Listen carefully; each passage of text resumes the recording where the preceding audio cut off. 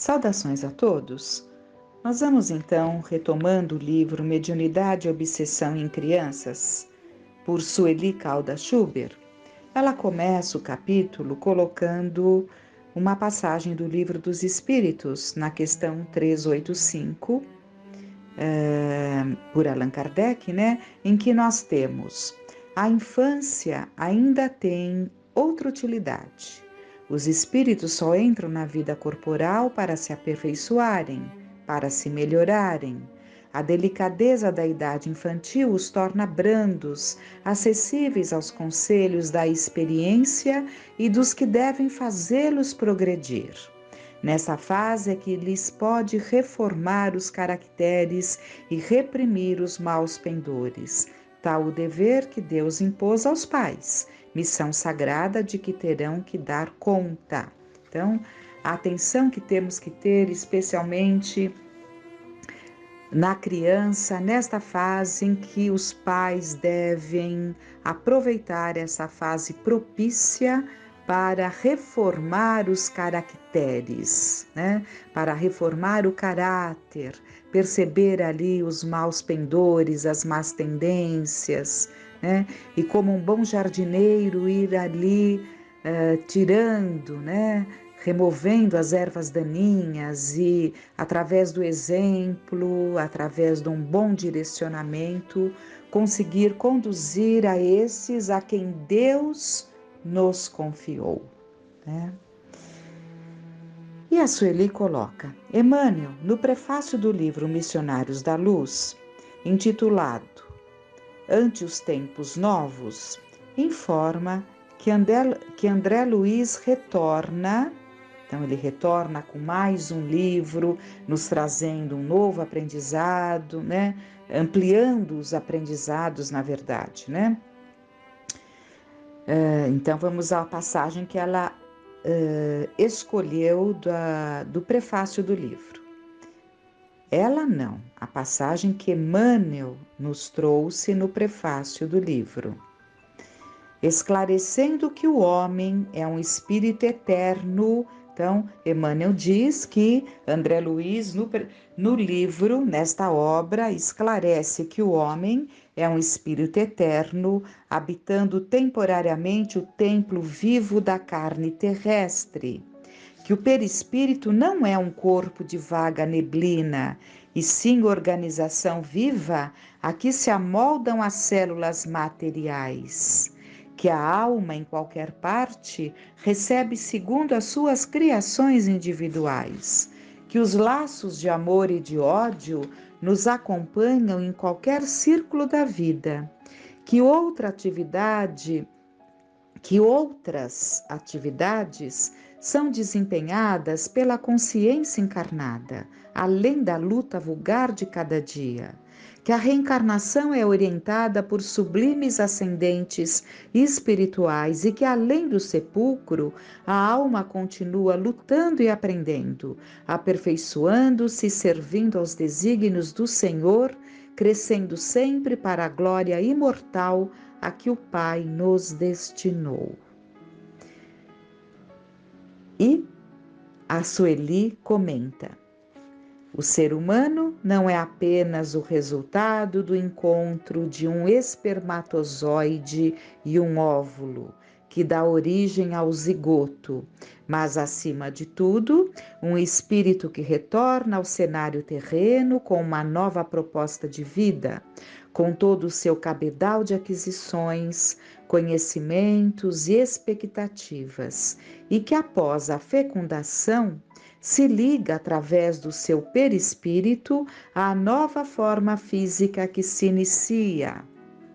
Então, é muito interessante para quem tem esse interesse de perceber como se dão os processos reencarnatórios, aqueles cujo reencarnante já tem o mérito para determinados cuidados, E nesse livro nós temos ali toda a descrição, de como se dá esse momento, o processo de ligação do perispírito àquele óvulo, que dá origem ao zigoto, então aquele momento inicial em que o espírito, evidentemente que com o seu perispírito, que é o seu corpo, o seu veículo de manifestação, se liga àquele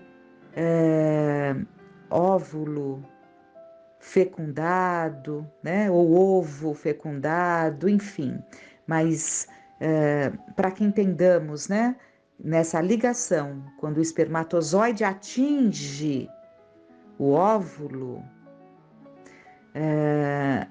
que dá origem ao zigoto, né? É o momento ali em que há a fecundação. Então aí já está ligado o espírito, né, reencarnante, àquele primeiro, aquela primeira célula, digamos, né? Que vai depois se dividindo, mas está ali já o início do retorno. Ali já se dá o retorno do espírito, ele já está ligado àquela mãe, aquelas células que vão se desenvolver. Eu sei que eu não estou usando os termos apropriados, mas é difícil a gente lembrar assim de repente, mas é aquela ligação, né, que já se inicia naquele momento, né, naquele momento se dá a ligação. Daí nós espíritas, afirmarmos veementemente que um processo de aborto não se justifica com aquelas colocações de até tal mês é permitido, até tal mês não estaria havendo uma agressão. Ilusão, porque o espírito reencarnante já está ali. Ele já se aproxima momentos antes da intimidade do casal e, neste momento sublime, se inicia o processo reencarnatório. Quem tiver interesse, basta buscar no capítulo desse mesmo livro que ela está citando, Missionários da Luz, o capítulo Segismundo, reencarnação, não, acho que é reencarnação, que trata da reencarnação do Segismundo, muito, muito profundo. Mas vamos continuar. Milhares de transformações acontecem, então, num processo que nada tem de casual. Evidentemente, obedecendo às leis da genética, mas trazendo no seu bojo, no fulcro mais recôndito, a presença do espírito reencarnante, que influencia vibratoriamente com toda a sua carga energética a sequência desencadeada. Esta a gênese da vida física. A presença do espírito é um fator determinante e indica que o feto não é apenas um amontoado de células que se organizam de forma automatizada, mas sim um ser humano que regressa ao plano material com seus sentimentos, virtudes e paixões e, acima de tudo, que necessita da sagrada oportunidade de um novo corpo físico. A exemplo da crisálida da borboleta, pode-se dizer que a veste física é o casulo da vida, a qual o espírito está profundamente vinculado para que ocorra na experiência reencarnatória, durante o tempo necessário, o maravilhoso processo de sua transformação e aperfeiçoamento, que ao final, rompendo-se o casulo pela morte, permitirá que o voo de libertação, enfim, aconteça. Muito, muito bom. No livro acima citado, André Luiz descreve com detalhes os preparativos que antecedem o retorno do espírito Segismundo ao mundo corporal. Segundo esse autor espiritual, expressivo número de reencarnações são precedidas por um planejamento meticuloso que engloba desde a escolha dos pais, o meio em que acontecerá o retorno, até minuciosas providências com relação ao corpo carnal que registrará as sequelas, as distonias ou o equilíbrio, a harmonia que expressam as aquisições do espírito através de seu campo perispiritual. Então, os cuidados são tomados para que quando há necessidade ali de uma harmonia orgânica, para que aquele espírito dê conta da sua encarnação e ele não está sujeito a determinadas provações, aos cuidados para que os fatores genéticos não interfiram no andamento da encarnação, né, da parte orgânica daquele reencarnante, quando ele não está inserido em curso em determinadas provações. É claro que quando não há méritos para tal, o espírito fica mais sujeito ali às leis da genética dentro de um processo natural, né? As leis divinas são sábias e justas. Tudo é um processo de conquista. Vale ressaltar a esta altura, conforme instrui Joana de Ângeles, que os sofrimentos humanos de natureza kármica podem apresentar-se sob dois aspectos que se completam: provação e expiação. Ambos objetivam educar ou reeducar, predispondo as criaturas ao inevitável crescimento íntimo na busca da plenitude que os aguarda, né?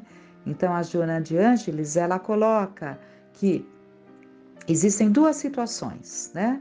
Quando nós retornamos a um corpo de carne, dois aspectos que se completam: as provações e as expiações. As provações são aqueles desafios que nós mesmos pedimos, e é importante que vivenciemos da melhor forma. Aprendemos no Evangelho segundo o Espiritismo que a dor é a bênção que Deus envia aos seus eleitos. Ou seja, a dor é um processo educativo. A dor nos educa. A dor, quando bem compreendida, quando bem vivida, e bem viver uma dor, não é mergulhar num vale de lágrimas. É tirar o aprendizado e o crescimento dessa experiência, quantas vezes dolorosa, mas que trará um resultado positivo ao nosso crescimento. Então, pode ser provação, que são os desafios, muitas vezes pedidos, né? E as expiações, que seria uma retomada, é a lição mal feita do passado que tem que ser retomada, né? Por isso que ela diz, processo de educar ou reeducar, né? Continuando, como se pode inferir, esses dois aspectos expressam as condições evolutivas do espírito reencarnante. Registra Allan Kardec, no Evangelho segundo o Espiritismo, ao enfocar as diferentes categorias de mundos habitados, que a nossa Terra está classificada entre aqueles de provas e expiações, o que quer dizer que a humanidade que habita o planeta está neste patamar evolutivo. Portanto, a nossa casa planetária está concorde com seus habitantes. Em decorrência, os espíritos encarnados e desencarnados que integram a população total do globo terrestre apresentam-se nestas mesmas condições, e cada um terá a programação espiritual que lhe for mais benéfica e produtiva. Então, ela afirma aqui, e nós sabemos que vivemos num mundo de provas e expiações, né? Sabemos que estamos vivendo momentos muito especiais, em transição, mas ainda é um mundo de provas e expiações. Mas essa transição facultará mudanças tais em que nos perceberemos, nos sentiremos no tempo adequado, de acordo com as nossas conquistas individuais e coletivas, nos sentiremos no limiar de um novo mundo, que passará a ser, então, o princípio de um mundo de regeneração, que vai ter uma escalada evolutiva. Assim como o mundo de provas e expiações tempos e tempos aí em desenvolvimento, o próprio planeta e nós, seus habitantes, num processo de desenvolvimento, porque somos espíritos em aperfeiçoamento, né? Somos espíritos inacabados em aperfeiçoamento, e isso permanecerá, né, nesses tempos novos em que cada vez mais se acentuará a predominância do bem. Bom, retomando aqui, ao ser programado o retorno de um espírito, se este estiver no nível de provação, terá condições de solicitar alguma experiência que lhe pareça necessária, propor algo, como também ouvirá as ponderações e orientações de seus guias espirituais, que analisarão sua ficha espiritual e as probabilidades de êxito, de acordo com as tendências, conquistas e comprometimentos relacionados com as experiências pregressas. Não se pode perder de vista o fato de que o espírito, quando desencarnado, tem outro entendimento acerca da sua própria situação. Exceção, é claro, dos que ainda estão cristalizados em condutas de rebeldia perante as leis divinas, que cultivam a crueldade e a violência. Então, aqueles que estão em condições de participar dessa programação, né, ele pede determinadas situações, mesmo porque do lado de lá, em espírito, ele tem uma visão mais clara das suas reais necessidades. E ele pede determinadas provas, ele pede determinados desafios. Às vezes, até mesmo pede aqueles que já venceram ali tantas coisas, eles têm a oportunidade de pedir situações desafiadoras como um teste para eles, que nem seriam necessárias no seu processo de reajuste, mas eles querem se testar em determinadas situações. Mas como nós vemos aqui, é preciso que haja esse preparo para que possamos participar desses momentos, né?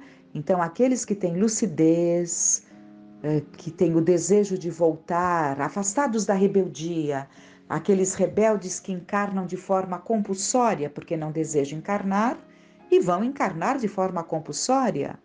Nós sabemos que o nosso livre-arbítrio é limitado de acordo com a nossa condição, assim como nós pais limitamos o livre-arbítrio das escolhas dos nossos filhos enquanto eles não têm um entendimento mais aprofundado que a idade adulta lhe trará.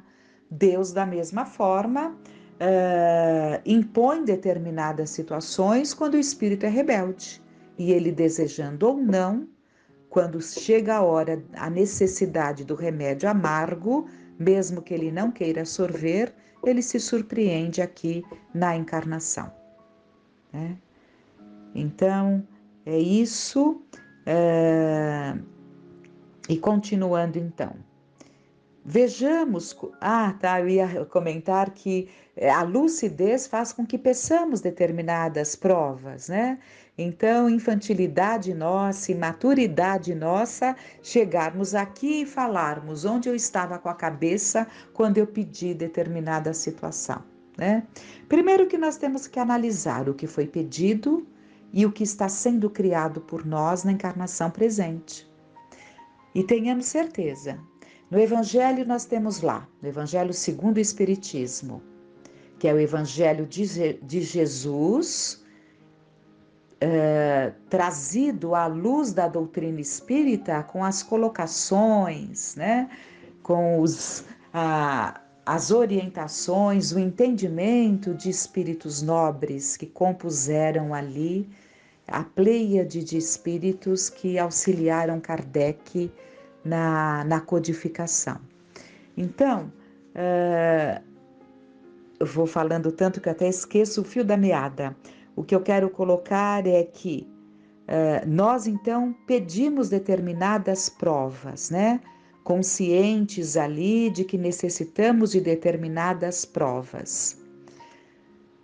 E como ela fala aqui, O espírito cônscio da sua real condição sentirá em seu mundo íntimo a necessidade imperiosa de ressarcir os erros do passado.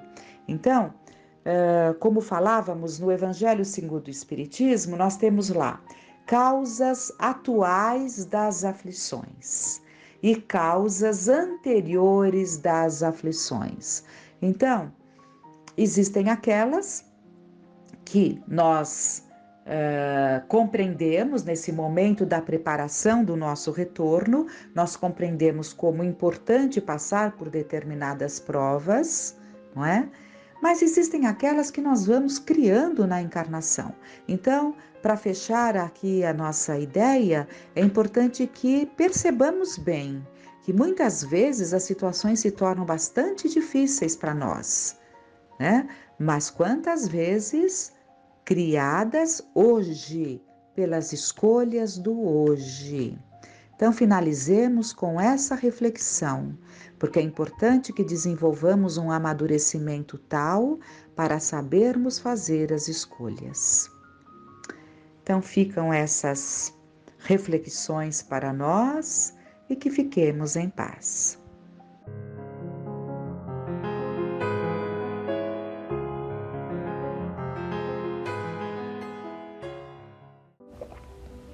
Olá!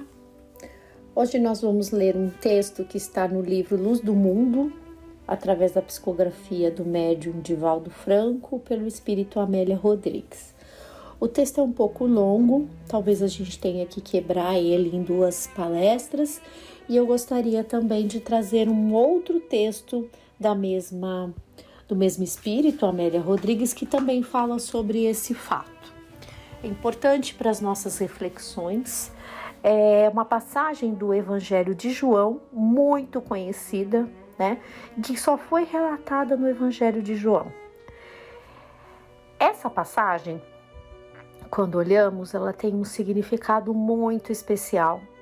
É um dos momentos mais ali emblemáticos e marcantes de Jesus. Vocês vão reconhecer, porque ela é muito famosa, né? Mas o que me fez trazer esse texto é exatamente o momento do julgamento, né? Nós somos implacáveis com os erros alheios, quando o Evangelho nos convida a sermos indulgentes para com os erros alheios e severos para com os nossos. Se nós sabemos da anterioridade da vida, tudo tem uma razão de ser, né? E temos que parar de ver frações, ver cenas, ver pedaços, sem nos preocuparmos com o que aconteceu antes e o que pode vir a acontecer depois. Então, quando vemos um crime, uma situação, ficamos ali presos àquela e já nos precipitamos em julgar, em dar a nossa opinião, sem entender o que aconteceu antes e sem esperar que exista reparação depois. Se nós merecemos uma segunda chance, todos merecem uma segunda chance. E Jesus, em alguns pontos ali de sua passagem, né, ele fala, né, vai, não peques mais. Ou seja, conhecendo a natureza humana, ele recomenda, né, uma mudança significativa na vida de todas aquelas pessoas. Certamente, muitas mudaram, construíram um novo futuro, outras nem tanto, né? Outras voltaram a cometer os mesmos viciações. Então, que tenhamos uma visão mais ampla das passagens, que busquemos ali nos aprofundar. E o Espírito Amélia Rodrigues nos traz essa oportunidade de vermos essa história com um novo olhar. Então vamos lá. Transcorreram as festas dos tabernáculos e as gentes retornavam às cidades, aos povoados, aos campos, às atividades diárias. Aqueles dias foram de júbilos e exaltação nos quais a alma de Israel se rejuvenescera, tomada do entusiasmo festivo que irrompera em Jerusalém naquela ocasião, Então havia uma psicoesfera ali propícia ali para a presença do mestre, né? Para acontecimentos marcantes, até mesmo da presença dele, né? Nesses tempos da terra onde tudo mudou. As comemorações evocativas dos dias passados no deserto, sob tendas, após a saída do Egito, significavam a vitória do povo sobre o estigma do cativeiro e das rudes provações. Aquela fora uma ceifa dadivosa. Os peregrinos vinham de toda parte confundir os seres nos sorrisos generalizados e a capital se transformava na casa de todos. Então ali era um momento de festividade, de comemorações. Naqueles dias de outubro já se conhecia a estranha e poderosa voz do cantor diferente, delimitando as novas fronteiras do reino de Deus. As multidões esfaimadas ouviam aquela palavra e se entusiasmavam, acompanhando o singular peregrino. Então, nesses tempos, a mensagem de Jesus, as curas, né, já estavam ali muito conhecidas, né? Já a presença dele ali já estava muito marcante. Então, já era ali, causava aquele entusiasmo, aquele alvoroço, aquela busca. E o incômodo também. Então, ao passo que tinham os que estavam buscando ele para ter ali um despertar, para ter um alento, um acolhimento, um refazimento, uma cura, haviam aqueles que já se incomodavam muito com ele e buscavam de alguma forma pegá-lo ali em falso, ter um motivo a mais para condená-lo. A fome de pão se misturava à necessidade da paz, e as massas angustiadas, especialmente naquele período, aguardavam o Messias. Havia sinais comprobatórios da sua vinda. Muitos foram pressurosos à casa da passagem para escutar no Val do Jordão o Batista, né, que sabemos, né, que foi o precursor João Batista. Ele, no entanto, afirmara e todos repetiam: eu sou apenas o preparador dos caminhos para ele passar, aquele que segue primeiro à frente, endireitando a passagem. Então, até no livro Boa Nova, nós temos o capítulo, né, que se chama O Precursor, onde fala de João Batista, né? João Batista abriu os caminhos para Jesus. E, de fato, ele passara deixando um apelo veemente para a consciência dos homens, o do arrependimento de todos os erros, com o consequente nascimento do homem novo sobre os escombros do homem velho. Herodes, ao decapitar João Batista, penetrou em funda amargura. No entanto, o povo que lhe conhecia a vida atribulada e a conduta adulterina comentava, mordaz, sobre as consequências do seu crime e os lastimáveis resultados que adviriam no futuro.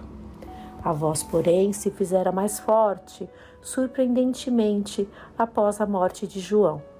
Paralíticos e cegos, leprosos e meretrizes, pescadores e a grande plebe a ouviam. Homens representativos dentre os autores e os levitas a escutavam e, conquanto se ressentissem das duras verdades que ela enunciava, não conseguiam condições para silenciá-la, reconhecendo-a autêntica. Expectativas felizes pareciam dominar todo o Israel, e os sonhos de liberdade, longamente acalentados, voltavam a interessar as paixões dos sôfregos corações humanos. Então sempre havia esse contexto e há, né, dessas necessidades, dessas buscas de opressões, né, que ocorrem, e o tanto que a palavra de Jesus nos ampara, nos dá o alento, nos dá o direcionamento. Às vezes nos sentimos perdidos, mas em busca de algo em nosso coração nos direciona para o caminho, ao passo que tantos outros se sentem perdidos e se comprazem no erro. preconiza um reino e ensinava onde repousavam as suas primeiras balizas, já fincadas no solo dos espíritos. Todavia, quando se fitavam os olhos transparentes daquele que projetava a voz da esperança, se identificavam neles a melancolia e a poesia latentes que esparziam em farta messe. Então, o olhar de amor, o magnetismo de Jesus oferecia a essas almas tão sedentas o amparo, o auxílio que buscavam. Ele viera a Jerusalém para participar das festas, conhecer o povo mais intimamente, nas explosões coletivas, nas exaltações generalizadas. Muitos ouviram e o escutaram antes, provocando que as notícias da sua presença comunicassem intensas emoções no povo e nos encarregados da lei e da religião. Então já havia ali a fama, né? Ali era comunicado tudo o que estava acontecendo. Imagine se fosse hoje, né?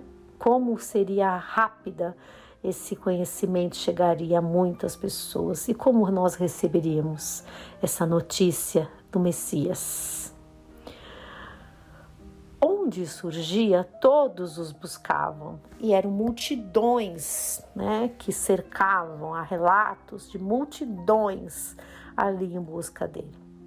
Ele estava próximo à porta Nicanor, do lado leste do templo, chegando pelo caminho do Monte das Oliveiras, acompanhado dos discípulos.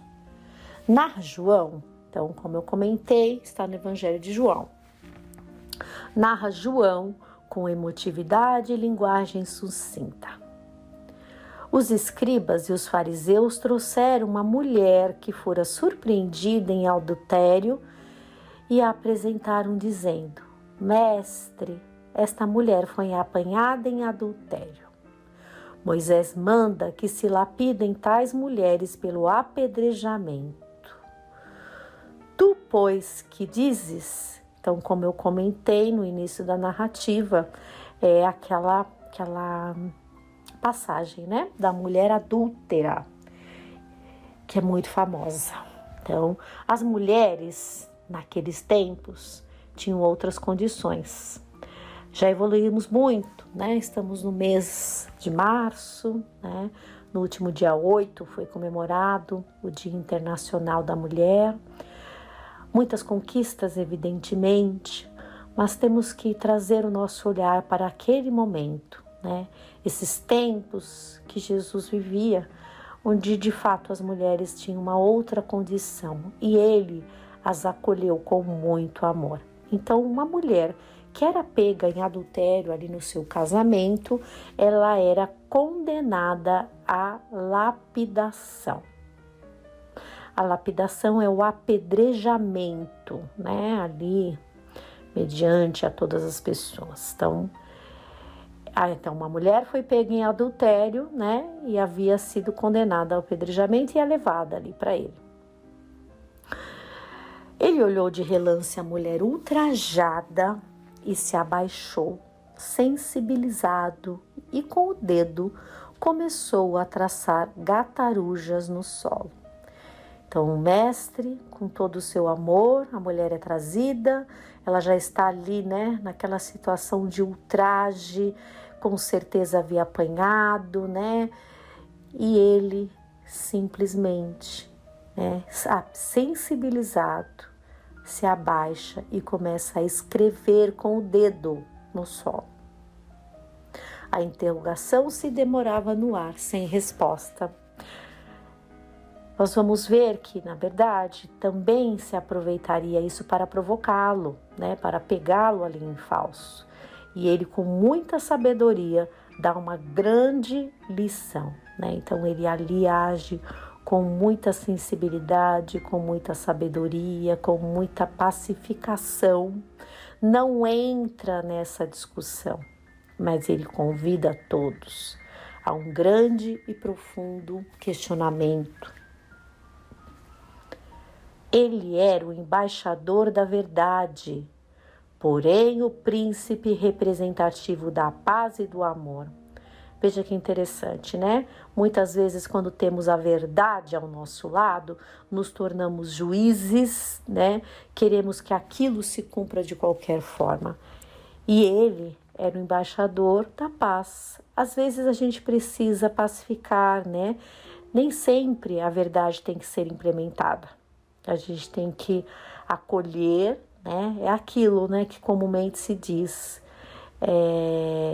É melhor ter paz, né? É melhor ter tranquilidade do que ter razão, né? Será que era necessário o embate ali em nome da verdade? Não. Jesus, pacificador, com algumas perguntas, consegue chegar ao resultado necessário. Moisés significava a aspereza literal da lei fria e dura. Roma retirara de Israel o direito sobre a vida dos seus filhos. Ninguém, senão o imperador ou seus representantes, poderia dispor da vida de qualquer pessoa. O adultério era condenado pelo Decálogo de forma irreversível, ou seja, era taxativo, não havia ali nenhum atenuante, nenhuma defesa. Outras mulheres ali foram trazidas pela gola dos vestidos e apedrejadas, até consideradas mortas noutros tempos. Então, era um crime cruel, sem defesa da vítima, né? E se fosse mentira, né? Então, era uma lei muito severa, né? Nós sabemos, era o olho por olho, dente por dente, né? Era uma situação ali de muita dureza, principalmente em relação aos mais frágeis. Sua resposta de qualquer natureza criaria dificuldades, né? Então, aquele que estava pela pacificação, qualquer tipo de resposta poderia criar ali um entrave, né? Um mau entendimento. Significar que ele era partidário de alguma coisa, que ele era revolucionário, que ele queria confronto, que ele queria briga, que ele queria intriga. Com as festas havia nos corações uma cantinela de tolerância e benignidade, uma quase tendência ao perdão por parte do povo. Perdoá-la, no entanto, não seria conivir com o adultério, oferecendo o estímulo da aceitação tácita do nefasto crime. Seria tomar partido, né? Seria dar ali o aval ao crime que ela havia cometido, né? O crime daquela época, que era considerado crime. Então era um momento de festas, onde as pessoas estavam mais maleáveis, mas seria esse o caminho a ser tomado? Tu que dizes? Havia ali corações em febre de desejos irreprimíveis, devastadores. As mulheres caem porque encontram alçapões disfarçados no solo das ansiedades, nos quais são atiradas pela volúpia de homens que as hipnotizam com desejos infrenes. Importante esse parágrafo, né? Então eu vou reler.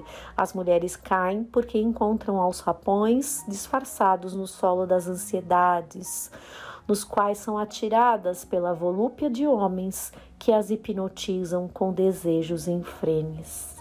Então tem uma verdade por trás, tem uma história por trás, né? Então ali num coração sensível, num coração despedaçado, romantizado, quantas coisas podem acontecer, fragilizado, acho que essa é a melhor palavra, né?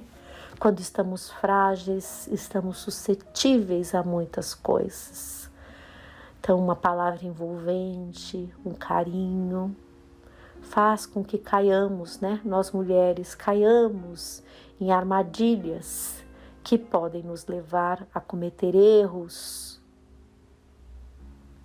Por isso que eu disse no começo, né? Olhando somente essa situação onde ela está ali, pega em adultério, muitos olharam somente aquele momento, assim como nós fazemos em todas as outras situações da vida, né? Passamos a condenar, a julgar, a emitir a nossa opinião. O que aconteceu antes? Né? Então, O espírito de Amélia Rodrigues nos traz essa frase importante, né? Esse ponto relevante sobre a mulher. Atrás de cada organização feminina violada há um companheiro oculto. Em cada adúltera se esconde um adultério, comparsa do mesmo erro. Onde estaria aquele que a infelicitou, explorando a sua fraqueza e a abandonando? Há de se pensar, né? Sabendo, né, que tudo que fazemos é a lei da ação e reação, mas existem as atenuantes e existe a consciência que irá nos cobrar a reparação futura. A mulher, não obstante desvalorizada, não representava qualquer significação antes dele, antes do Cristo, né? Então ele trouxe ali um olhar, uma significação para as mulheres que eram ali totalmente invisíveis e ficavam à mercê dos homens, de suas decisões.